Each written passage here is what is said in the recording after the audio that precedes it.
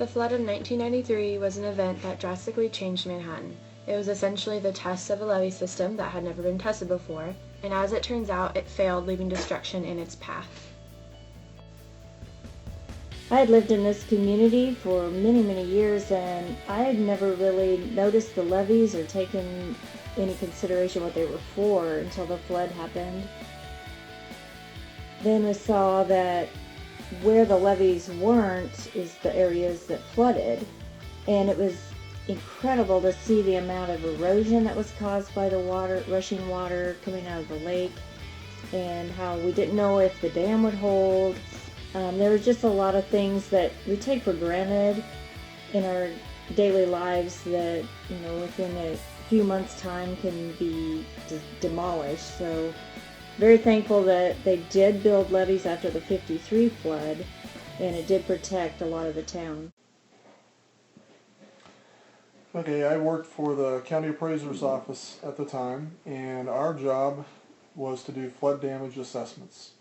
So from the time the flood started till the time that it was over, our office had to map all the flooded areas and provide all sorts of data and maps to FEMA so they could provide assistance to all the property owners and the residents that lived in those flooded areas.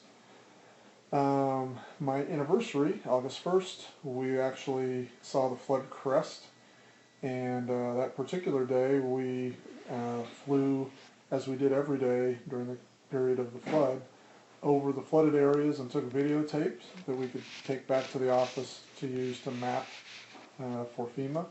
And that particular day, as we flew over Milford, we actually flew from east of Manhattan clear into Geary County over Milford. As we flew over Milford, we saw huge chunks of rock and soil the size of houses being washed downstream in the spillway area. The spillway was not a controlled spillway like the one in Tuttle Creek, so there was nothing to stop the destruction, and large portions of the bank along the spillway area were washed away. It was really pretty scary and kind of a testament to the power of nature to see those huge chunks of soil and rock and gigantic cottonwood trees washed downstream right before our eyes. Probably the interesting part of the flood to me, or one of the more interesting parts, were our visits of properties after the flood. We spent a lot of time boating out to areas that the floodwaters were receding and talking to the residents and trying to estimate the damage to their homes, their mobile homes. One of those areas was the Hunters Island area south of Manhattan, and we had an interesting time as we came across Superfan Robert, who, K-Staters know, cleaning out his mobile home. He had hundreds and hundreds of newspaper articles and clippings from all the sports games that he had attended from the mid-70s till that period of time. And he had laid them out in his yard and was trying to dry them out so he could keep them for his Superfan history file.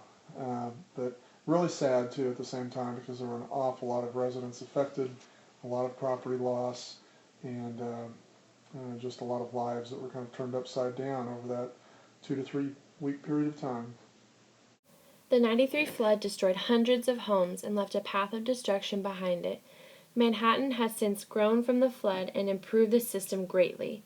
Who knows when nature will test it next, but we'll be more prepared this time around.